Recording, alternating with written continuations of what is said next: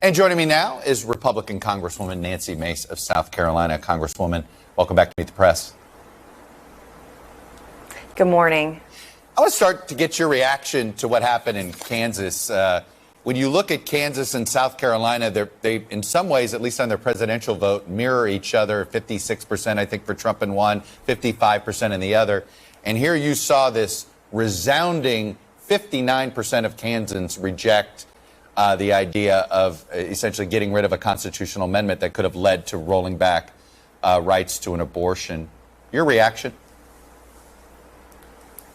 Well, I think we're seeing it on both sides now, too, the extremities of both sides. On the far left, you have folks that want abortion for any reason up until birth. And then on the far right, we have states that are trying to ensure that no abortion for any reason, including rape and incest victims and girls. And that's not okay with the electorate either. And I see it in my own district, in my own state. The vast majority of people here are okay with some guardrails, but they don't want the extremities of either side. And they're seeing states push forward with legislation, like in my state of South Carolina, there's legislation that would ban the word abortion on a website or a website server. There are folks that want to ban women from traveling out of state. There are folks, like in my state, that want to ban abortion for women who are victims of rape and girls who are victims of incest. And that's just, both sides have these extremities where the vast majority of people just are not there right now. And there has to be a place for the center on this very emotional issue. Let me ask you this. Everything you describe about sort of the fallout from this, there was a simple way to avoid this fallout, and that was keeping Roe. In hindsight, I know you were somebody that thought you wanted to see Roe v. Wade overturned. Was that a mistake? Well, I am staunchly pro-life, but there were issues with Roe. Even Justice Ruth Bader Ginsburg had issues constitutionally, the right to privacy versus the right to equal protection under the law. You saw Joe Biden 40 years ago trying to look at doing away with it as well. And so I think that there are issues with Roe in terms of the constitutionality of it. And the overturning of it now leads it to the state legislatures in particular, but also Congress can have a role here. But the problem that we have today, Chuck, and I know that you see this every single day, are the political divisions. And because this is such an emotional issue, this is a place where we really should be working together. If you look across the pond, you look at European nations, if you're even allowed to have one, there are gestational limits. In most countries in Europe, you're looking at 12 to 15 weeks there. And there are other, exceptions that we should be looking at. We should be ensuring that life of the mother in every instance is protected. We should ensure, which is one of the reasons I was one of 8 Republicans just a few weeks ago to vote to ensure that women have access to contraceptives. There's some basic things we can be doing that all of us agree on, the vast majority of people agree on, and aren't fringy on either side of the aisle. But that's not what we're doing right now. No, it's not. And I think that I guess I'm curious, how do you propose, because you bring up the issue that I think is maybe impossible to create, which is if you believe in this, if you view abortion through the eyes of morality, there's no such thing as moderation. So how do you legislate moderation here when neither side is comfortable with that compromise? Well, I actually don't think it's that difficult when you're looking at it from that perspective, too. If you look at it from Congress, from our role, there can be reasonable gestational limits for most people. 75% of Americans want some guardrails. They support guardrails on abortion, whether they're pro-choice or pro-life. Only 25% are really, on the fringes of either side on this particular issue.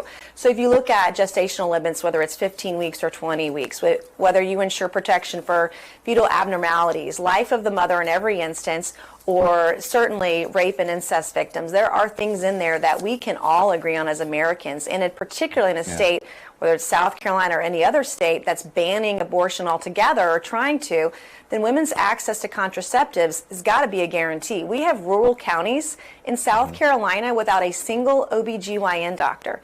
How is a woman supposed to get any kind of care, health care, medical care, prenatal care, care for her infant, when those resources don't exist? And so you've got to look at it, I think, from a very, centrist perspective, which is where 75% of America is. Put in guardrails that they're comfortable with, and let's move forward. And we can do this at the federal level and give some guidance to states, or states can do it as well. But we're seeing the extremities, and we're going to continue to until Congress steps in, see extremities on both sides, which is not where the American people are. It seems like you think Congress has to step in here. You brought up the OBGYN issue. 15 states right now want to criminalize the doctor. Okay, want to make basically, if there's a crime committed here, it's not the woman, it would be the doctor. As you know, you already talked about the problem of getting OBGYN into practicing in rural South Carolina. A lot of these OBGYNs don't want to practice in states with these restrictive laws because they don't know, they have to sit here and wait to declare an emergency to intervene medically. And so they figure, you know what, I'm going to practice medicine in a state that makes the abortion law safe. How do you do this? How do you fix this federally?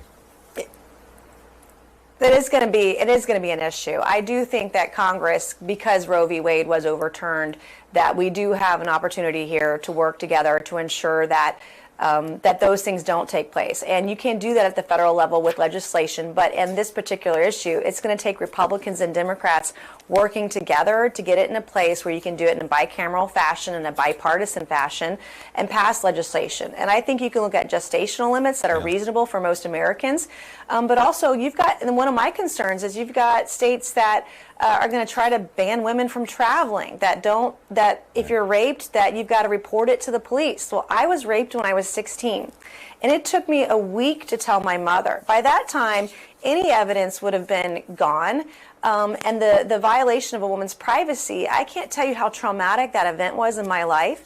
In my own home state, they want women to be required and mandated to report when they are raped. And I just can't even imagine a world where you're a girl, a teenage girl who's been raped, to have to report those things.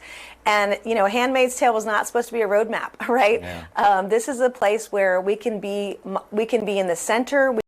Protect life, and we can protect where people are on both sides of the aisle. And so it's important to take that perspective, and that's the perspective that Congress should have on everything that we do. But as you know, we're just so divided. Bottom line, do you think it is bad if the Republican Party becomes the party of abortion bans? Well, I am staunchly pro-life. I have a 100% pro-life voting record. I do think that it will be an issue in November if we're not moderating ourselves, that we are including exceptions for women who've been raped, for girls who are victims of incest, and certainly in every instance where the life of the mother is at stake. And that is a position that I have staked out that's really important to me personally, but that's where the vast majority of women are in my state. And I'm going to continue to fight for those things, but we can't go to the far corners of the right or the far corners of the left, because the left wants abortion for any reason up until the birth of the child, which is insane to me and insane to most of America. So somewhere in the middle is where we've got to meet, and I do believe that Congress has a role, and I want to play a part in that role in shaping policy for the future for every American in our country.